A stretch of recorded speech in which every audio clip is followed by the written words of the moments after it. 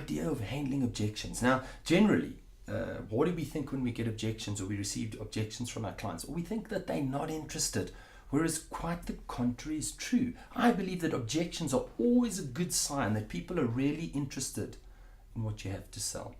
So when someone's objecting, it means, hang on a second, what are they saying? They're saying, you haven't quite explained the value that you bring in terms that I can understand it. I still feel a little bit of risk. So the more objections you see, I believe the more interested people are.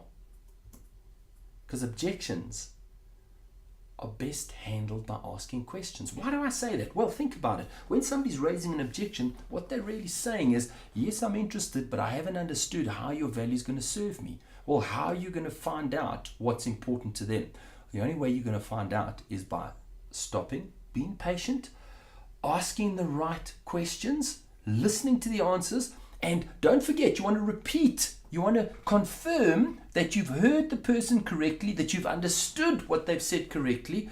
Repeat your answers or repeat their answers back to them so that you keep confirming that you have understanding, that you're understanding exactly what they're meaning.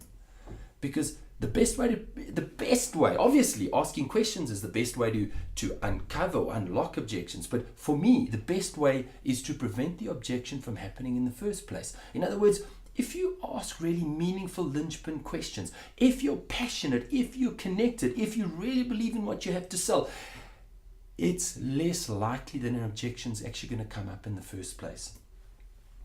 You see, one of the ways of preventing objections is to use a preemptive statement. Things like, when you're calling, you say stuff like, I know you're busy, so I'll be brief. What you're really doing is you're saying to the person, I respect your time, I really value you, but I have something valuable, something that's going to serve you. So you're preempting them rejecting you in the first place.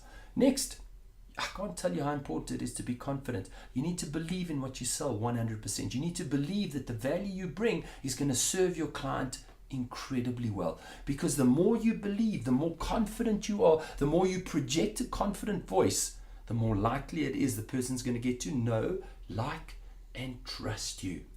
And don't forget, you got to use a strong and energetic voice.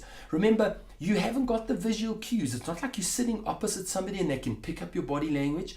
Your voice is your tool.